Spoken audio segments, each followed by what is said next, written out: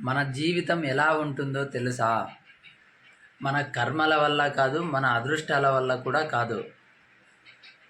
నిజంగా మన నమ్మకాల మీద మన జీవితం ఏర్పడుతుంది. నువ్వు నిన్ను ఎలా భావిస్తావో, ప్రపంచాన్ని ఎలా చూస్తావో, ఏం సాధించగలను అనుకుంటావో, ఇవన్నీ నీ నమ్మక వ్యవస్థ ఆధారంగానే ఉంటాయి. ఈరోజు ఈ వీడియోలో మనం పూర్తిగా తెలుసుకుందాం. అసలు బిలీఫ్ సిస్టమ్ అంటే ఏమిటి? ఇది మన మైండ్ను, మన ఫలితాలను ఎలా ప్రభావితం చేస్తుంది, దీన్ని ఎలా మార్చుకోవాలో మనం ఈ వీడియోలో పూర్తిగా అయితే తెలుసుకుందాం. వీడియో స్టార్ట్ నుంచి ఎండ్ వరకు ఖచ్చితంగా చూడండి. ఫస్ట్ వన్, ఈ బిలీఫ్ సిస్టమ్ అంటే ఏమిటి? బిలీఫ్ అంటే ఒక నమ్మకం, కానీ ఇది కేవలం సాధారణమైన ఒక నమ్మకం అయితే కాదండి. ఇది మన అంతర్గత మనసులో చిన్నప్పటి నుంచి జరిగిన సన్నివేశాల నుంచి వచ్చిన ప్రోగ్రామింగ్ లాంటి ఒక నమ్మకం. ఉదాహరణకు చెప్తాను. మనం చిన్నప్పటి నుంచి వింటూనే వచ్చాం ఈ మాటలు. నీవు బడుగు వర్గం వాడివి, నీవు పొట్టకోటికి మాత్రమే పని చేయాల్సిందే, నీ దగ్గర డబ్బే ఉండదు పాపం, ఇలాంటి విజయం అందరికీ రావు, ఇలాంటి జాబ్స్ అందరికీ రావు, ఇలా పూర్తిగా నెగిటివ్. ఇలాంటి మాటలు మనం చిన్నప్పటి నుంచి విన్నాం.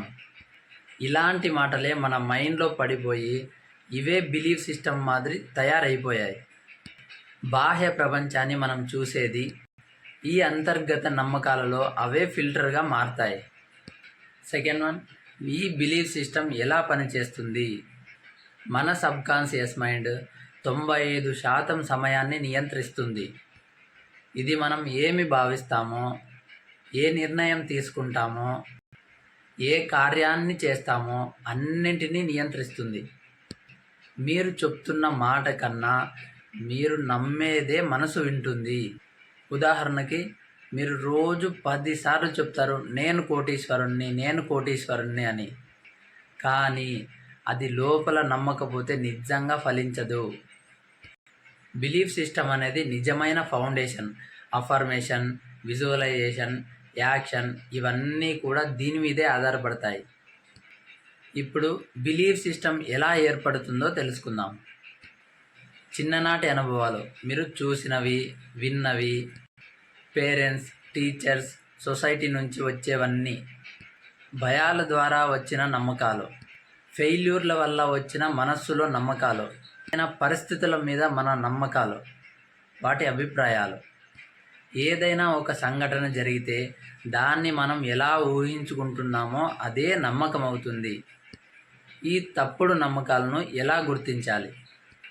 ఇది చాలా ముఖ్యమైనది. ముందుగా ప్రశ్నించండి, నేను ఈ విషయాన్ని ఎందుకు నమ్ముతున్నాను? ఇది నిజమా, లేక ఎప్పుడో ఎవరో చెప్పిన మాటలా? ఇది నన్ను ఎందుకు తీసుకెళ్తుంది లేదా ఆపేస్తుందా?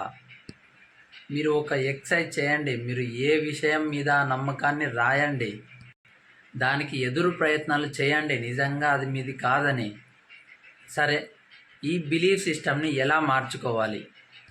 ఫస్ట్ అవేర్నెస్, తెలుసుకోవడం. మీరు నమ్మే ప్రతి విషయాన్ని గుర్తించండి. ఆ నమ్మకాన్ని రీప్లేస్ చేయండి.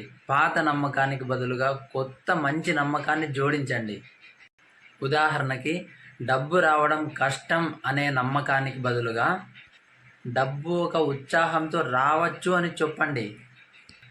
ఆ కొత్త నమ్మకాన్ని ప్రతిరోజు నమ్మకంగా, భక్తిగా రిపీట్ చేయండి. నెక్స్ట్, ఆ నమ్మకానికి విజువలైజేషన్ జోడించండి. మీరు కొత్త నమ్మకంతో జీవించడం ఎలా ఉంటుందో ముందుగానే ఊహించండి. ఈ విజువలైజేషన్ ఎలా చేయాలనేది ఆల్రెడీ వీడియో అయితే చేశాను, మన ఛానల్లో ఉంటుంది, అక్కడ చూడండి, తెలుసుకోండి.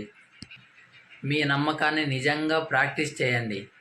ఒకప్పుడు జిమ్ క్యారీ ఒక చెత్త తడిచిన కారులో తన కలలతోనే జీవించేవాడు. ఐన్స్టీన్ను చిన్నప్పుడు ఒక బుద్ధిహీనుడు అని అన్నారు. ఓప్రా జీవితంలో చాలా దారుణాలను ఎదుర్కొంది. ఎలన్ మస్క్ను ఒక వింత మనిషిలా చూశారు. కానీ వీరందరూ ఒకే ఒక విషయాన్ని నమ్మారు, నేను సాధించగలను. అదే బిలీఫ్ సిస్టమ్, అదే శక్తి, అదే మనలో కూడా ఉంది. ఇప్పుడు మీరు తెలుసుకున్నారు మన బిలీఫ్ సిస్టమ్ ఎంత శక్తివంతమైనదో. మన జీవితాన్ని మలుపు తిప్పేంత శక్తి దానిలో ఉంది.